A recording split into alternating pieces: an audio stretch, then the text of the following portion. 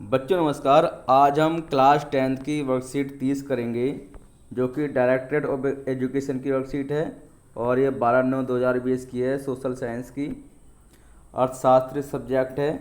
इसमें हम भारत में वैश्वीकरण का प्रभाव पढ़ेंगे। हम अब तक पढ़ चुके हैं कि वैश्वीकरण क्या होता है और वैश्वीकरण के क्या कारण हैं, और बहुराष्ट्रीय कंपनियों के बारे में पढ़ चुके हैं। जैसे कि वैश्वीकरण दुनिया के विभिन्न देशों के बीच आपसी संबंध और तीव्र एकीकरण की प्रक्रिया है। वैश्वीकरण क्या है?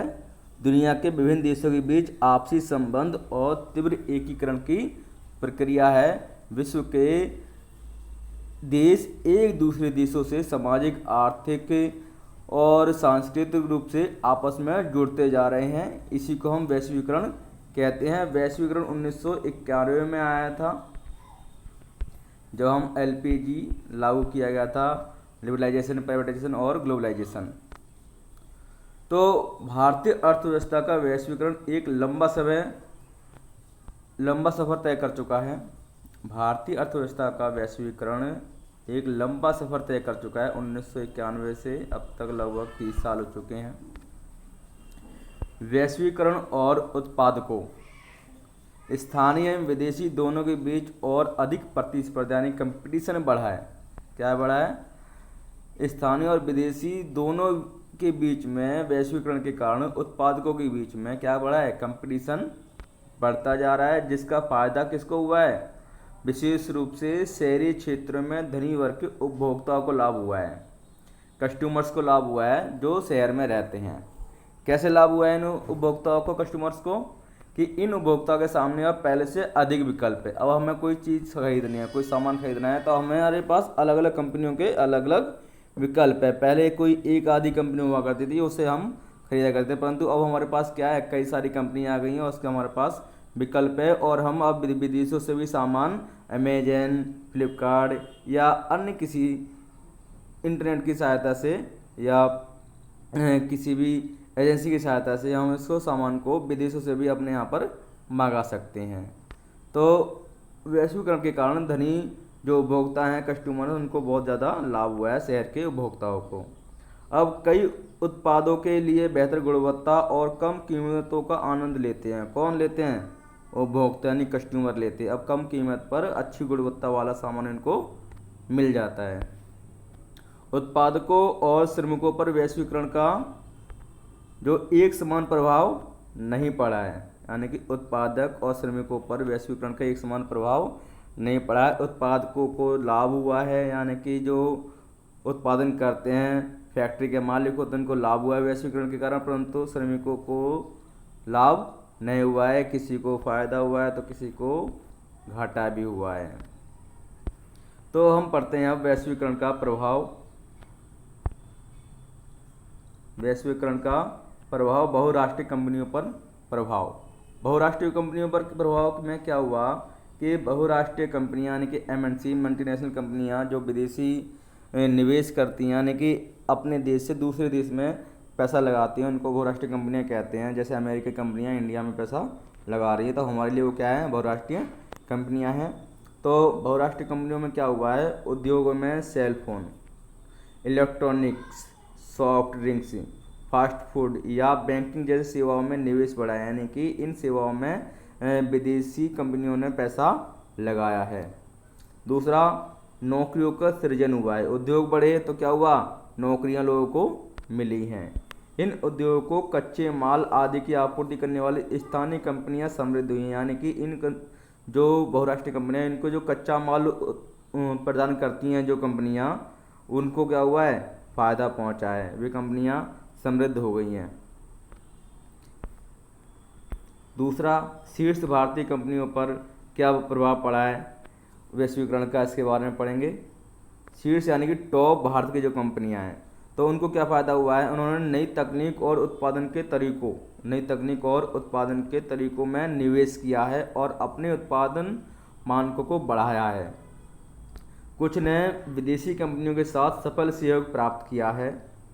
कुछ बड़ी भारतीय कंपनियां खुद बहुराष्ट्रीय बन गई हैं, यानी कि कुछ ऐसी कंपनियां हैं जो खुद भी बहुराष्ट्रीय कंपनियां बन गई, यानी कि इंडिया में तो वो बिजनेस कर ही रही हैं और दूसरे देश में भी बिजनेस करने लगी हैं। जैसे उदाहरण के तौर पर देखा जाए तो टाटा मोटर्स है, सिम्फोसिस है, प्लेनबैक्सी है, ये भारत में भी उत्पादन कर रही हैं और विदेशों में भी उत्पादन कर रही हैं। आईटी जैसे उद्योगों को सेवा प्रदान करने के नए अवसर प्रदान किए गए हैं भारतीय कंपनियों को। छोटे भारतीय निर्माताओं पर क्या प्रभाव पड़ा वैश्वीकरण का, इसके बारे में पढ़ेंगे। छोटे भारतीय निर्माताओं पर वैश्वीकरण का प्रभाव। तो छोटे जो जिनका मतलब छोटा काम है या छोटा बिजनेस है, कम पैसा लगा रखा उन्होंने अपने बिजनेस में, उन पर क्या प्रभाव पड़ा। बहुत से छोटे निर्माताओं के लिए वैश्वीकरण ने कुछ चुनौतियां पेश की हैं। क्या हुआ, उनके लिए चुनौतियां पेश हुई हैं। छोटे निर्माताओं को बड़ी बड़ी जो कंपनियां हैं उनसे क्या करना पड़ रहा है, कंपटीशन करना पड़ रहा है, प्रतिस्पर्धा करना पड़ रहा है, जिससे क्या हो रहा है, उनको नुकसान हो रहा है। जैसे बैटरी, कैपेसिटर, प्लास्टिक, खिलौने, टायर, डेयरी उत्पाद, तेल, कुछ उदाहरण हैं ऐसे। और इनमें से कई इकाइयों ने कई श्रमिकों को रोजगार देने के लिए बंद कर दिया, यानी कि जब उनका नुकसान हो रहा है तो क्या हुआ, लोगों को उन्होंने रोजगार देना बंद कर दिया है, रोजगार से अब उनको हटा दिया है। अधिकांश नियोक्ता श्रमिकों को लचीले ढंग से रोजगार देना पसंद करते हैं, जिससे नौकरी का नुकसान होता है। इसके बारे में हम लचीले ढंग के बारे में हम नीचे पढ़ेंगे। क्या होता है कि अब जो है ना, जो नौकरी पे लोगों को डेली रखा जाता है, डेली के तौर पर, यानी कि मजदूर आज काम करेंगे, आज के लिए पैसा मिलेगा, डेली की ना पूरे महीने की सैलरी मिलेगी, लचीले ढंग से उनको रखा जाता है। जैसे अब विदेशी निवेश आकर्षित करने के लिए उठाए गए कदम, क्या क्या कदम उठाए गए हैं भारत सरकार के द्वारा या अन्य देशों की सरकार के द्वारा, ताकि क्या नाम है, दूसरे देश के उत्पादक हैं वे इंडिया में निवेश कर सकें।